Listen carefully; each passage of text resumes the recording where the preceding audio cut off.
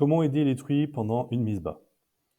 Une mise bas a une durée de 2 à 6 heures. L'intervalle entre porcelets, c'est à peu près 5 à 15 minutes. En aucun cas, il ne doit dépasser plus de 30 minutes entre deux porcelets. Le porcelet doit naître avec le cordon ombilical attaché à sa mère. Donc le principe pour l'éleveur, c'est pas d'intervention. Mais il faut une très bonne surveillance de toutes les mises bas. Il faut s'assurer que les porcelets consomment le colostrum de leur mère très rapidement. Et il faut éviter les écrasements.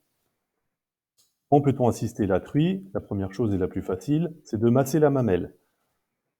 Masser la mamelle va permettre de sécréter naturellement de l'ocytocine chez la truie. Grâce à ça, nous aurons une expulsion plus rapide des porcelets. Autre chose, ça permet également de collecter du colostrum qu'on peut remplir dans une sorte de biberon et donner le biberon ensuite à des porcelets qui n'arrivent pas à téter. Ne pas oublier de remplir la fiche individuelle de la truie pendant la mise bas. Donc la date et l'heure du début de la mise bas, le nombre de porcelets sortis à telle heure, l'heure de naissance de chaque porcelet et l'heure de fin de mise bas. Que faire si la mise bas est trop longue? Déjà, nous allons vérifier si la truie a des contractions utérines. Donc il faut masser la mamelle si les contractions sont faibles ou inexistantes.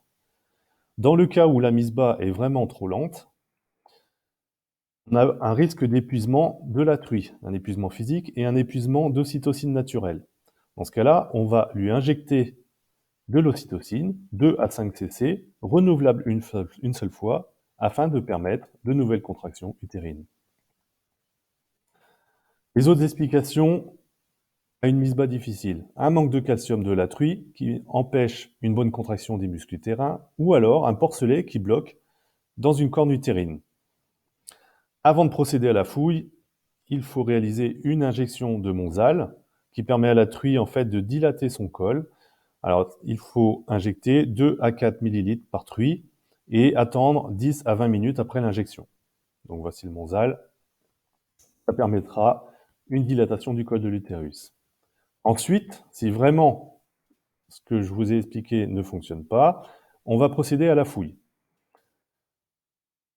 Il faut observer des contractions, mais aucun porcelet n'est expulsé malgré les contractions. Donc fouiller, c'est introduire la main ou l'avant-bras, tout doucement, dans le tractus génital, afin de débloquer les porcelets qui empêchent la mise bas des suivants. Alors procéder correctement à la fouille, il faut nettoyer la vulve, utiliser un gant de fouille à usage unique et stérile, mettre du gel antiseptique, insérer doucement le bras, palper les porcelets, remettre le porcelet dans une bonne position, le sortir, enlever le mucus. S'il ne respire pas, on peut lui souffler dans les narines. Et afin d'éviter toute infection, on peut injecter un antibiotique à la truie pour éviter notamment des problèmes de métrite. Et quelques heures plus tard, le porcelet vous remerciera et vous n'aurez normalement pas trop de mort-nez.